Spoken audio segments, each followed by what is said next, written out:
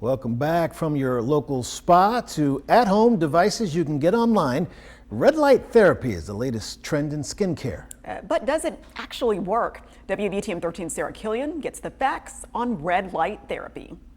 Red light therapy, it's all over social media. Videos highlighting the latest trend in skincare. From at-home masks to full-body lights in a doctor's office. Even day spas are getting in on the trend. At Evolve Wellness in Homewood, co-owner Michael Disco added a red light room about 9 months ago. We've had to encourage people to try it, but now that people understand what it does and people have actually experienced the benefits from it, it's gained a lot of popularity and it's become something it's a busy room now. We've got several clients that have been using it consistently since we got the stuff, and they're coming every 2 weeks or even once a month, and several of them have mentioned seeing some real results from it. And the science backs it up. Dr. Lauren Cole is the vice chair of medical education at UAB. She says there have been a lot of studies around red light therapy. It's been studied to, like you said, improve fine lines, increase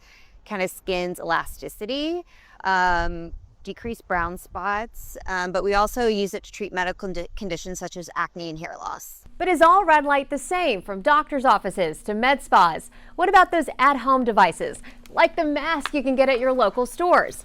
Well, in that case, Dr. Cole says proceed with caution. The data is a little more mixed just because there's so many other devices and how the studies were conducted have varied quite a bit.